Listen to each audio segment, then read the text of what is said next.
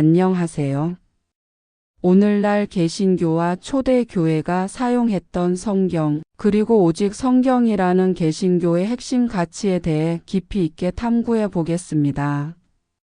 초대교회의 성경 70인역의 세계.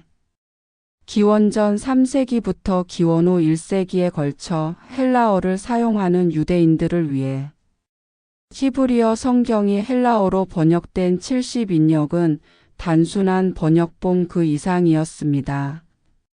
전설에 따르면 각 지파에서 6명씩 총 72명의 학자들이 72일 만에 이 방대한 작업을 완료했다고 하지만 실제로는 수세기에 걸쳐 여러 학자들의 손길을 거친 결과물로 보는 것이 타당합니다. 흥미로운 점은 이 70인역에는 오늘날 개신교 구약 성경에는 포함되지 않는 여러 권의 책, 즉 외경이 포함되어 있었다는 사실입니다. 토빗기, 유디기, 지에서, 집회서, 그리고 마카베오기 등이 바로 그것입니다. 놀랍게도 바로 이 성경이 초대교회 성도들이 읽고 예배하며 신앙의 근거로 삼았던 구약 성경이었습니다.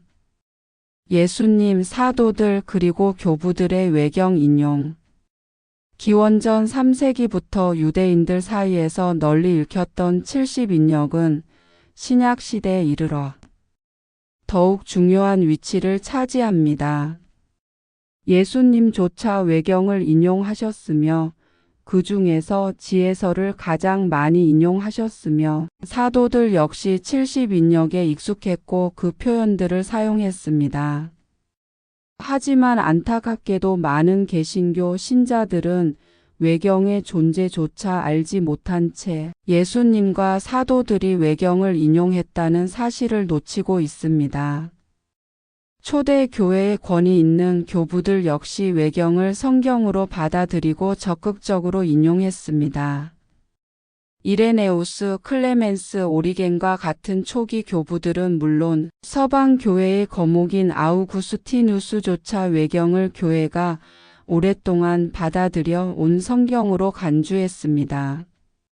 이러한 흐름은 397년 카르타고 공의회에서 외경을 포함한 성경 목록이 공식적으로 확정되면서 더욱 공고해집니다. 종교 개혁과 개신교의 선택.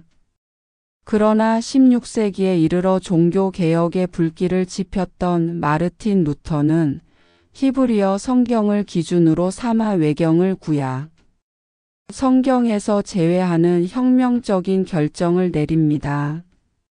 그리고 오늘날 대부분의 개신교는 루터의 이러한 기준을 따르고 있습니다.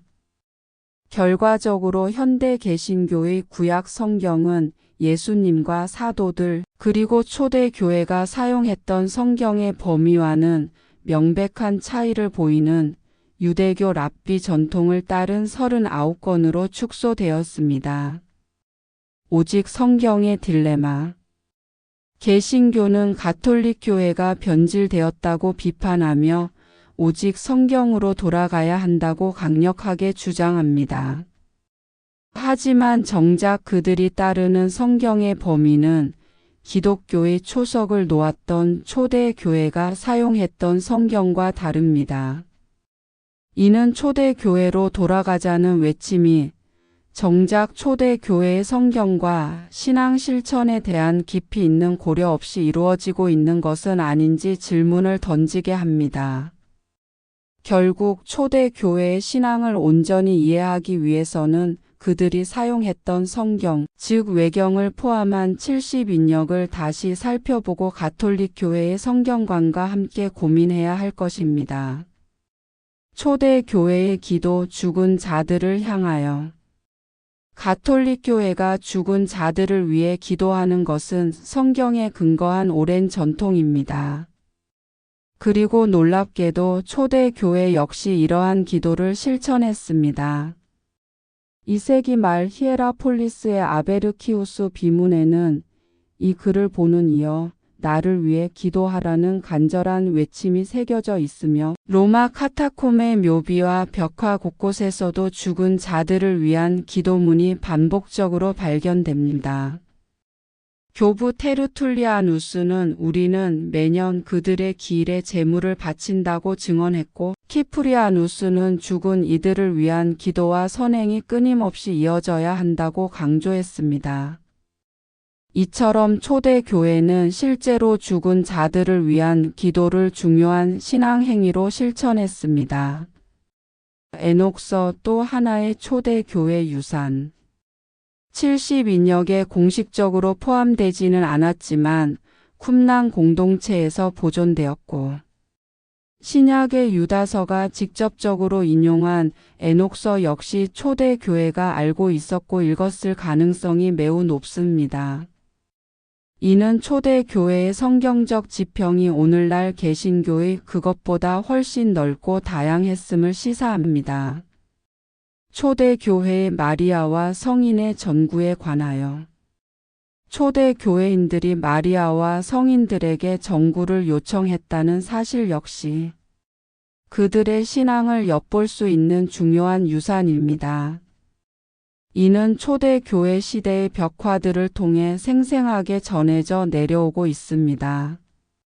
종교개혁가인 마르틴 루터조차 이러한 역사적 기반을 인지하고 종교개혁을 한 이후에도 마리아를 찬양하는 논문을 발표하기도 했습니다.